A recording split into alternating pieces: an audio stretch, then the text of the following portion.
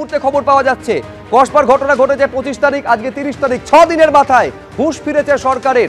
মনোজিৎ মিশ্রকে বরখাস্ত করতে বলল সরকার। এই মুহূর্তের খবর, মনোজিৎ মিশ্রকে বরখাস্ত করতে বলল সরকার। আপনারা জানেন যে একেবারে অস্থায়ী কর্মী হিসেবে নিয়োগ করা হয়েছিল, জিবির সিদ্ধান্তে তাকে বরখাস্ত করার সিদ্ধান্ত হয়েছে এবং তার দুই সাগরেদ যাদের গ্রেফতার করা হয়েছে তাদেরও রাষ্ট্রটিকেটের সিদ্ধান্ত নেওয়া হয়েছে। আমি কথা বলবো আরো বিস্তারিত জানতে কৃষ্ণেন্দু অধিকারীর সঙ্গে। তার মানে ছটা দিন ঘটনার পর লেগে গেল কৃষ্ণেন্দু এই হুঁশ ফিরতে প্রশাসনের, সরকারের। একদমই তাই, এবং সেটা ছ দিন পর সেটা অবশেষে টনকডুল্ড বলা যেতে পারে।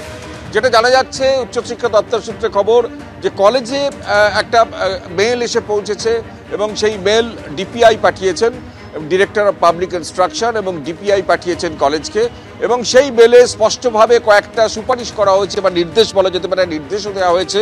তাতে প্রথম নির্দেশই হচ্ছে মনোজিৎ মিশ্রকে বরখাস্ত করতে হবে। তুমি জানো যে মনোজিৎ মিশ্র সেখানকার ছাত্রনেতা, দুর্দণ্ড প্রতাপ ছাত্রনেতা, তারপর গভর্নিং বডির সুপারিশে তাকে চাকরি দেওয়া হয়েছিল এবং সেই চাকরি নিয়েই তার এত মাতব্বরি দেখিয়েছিল এবং এত এরকম নৃশংস কাজ করেছিল, এবং সেই মনোজিৎ মিশ্রকে চাকরি থেকে বরখাস্তের নির্দেশ দেওয়া হয়েছে সরকারি তরফে। এবং অবিলম্বে জেনারেল বডি মিটিং ডেকে, এখনো পর্যন্ত গভর্নিং বডির মিটিং হয়নি, সেই গভর্নিং বডির মিটিং ডেকে সেই নির্দেশ বলবৎ করতে বলা হয়েছে সরকারের তরফ থেকে। এবং গণধর্ষণের যে অভিযুক্ত আরও দুজন যে সাগরেদ মনোজিতের, তাদের দুজনকেও কলেজ থেকে রাস্ট্রিকেট করতে বলা হয়েছে। অর্থাৎ তারা যেহেতু কলেজের স্টুডেন্ট, তাদের কলেজ থেকে রাস্ট্রিকেট করতে বলা হয়েছে।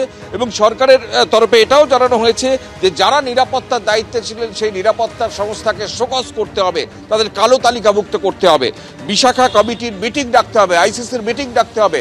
কেন এখনো মিটিং ডাকা হয়নি সেই প্রশ্ন তুলেছে সরকার। এবং অফিসের পর কেন এই যে ক্যাম্পাস খোলা থাকে, তুমি জানো যে কলেজ আওয়ার্সের পর ক্যাম্পাস খোলা থাকে কেন, তা নিয়ে বারবার প্রশ্ন উঠছিল।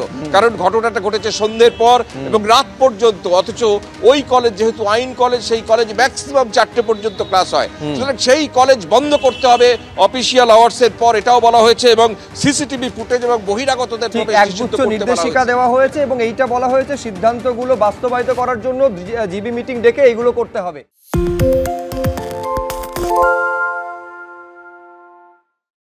সত্য অন্তহীন, সত্যের খোঁজও তাই, সত্য সন্ধানে তাই আমরা অক্লান্ত, অকুতভয়। এবিপি আনন্দ নতুন ভাবনার প্রতীক, যা মনে মুক্ত, তথ্যে যুক্ত এবং যাবতীয় সীমানার বাঁধন থেকে মুক্ত।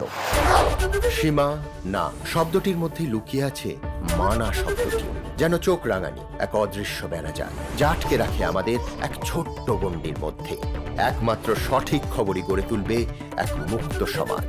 সেই জগৎ গড়ার লক্ষ্যে কোনো সীমানার ঠুকুটি আমরা মানব না। এবিপি আনন্দ এগিয়ে থাকে, এগিয়ে রাখে।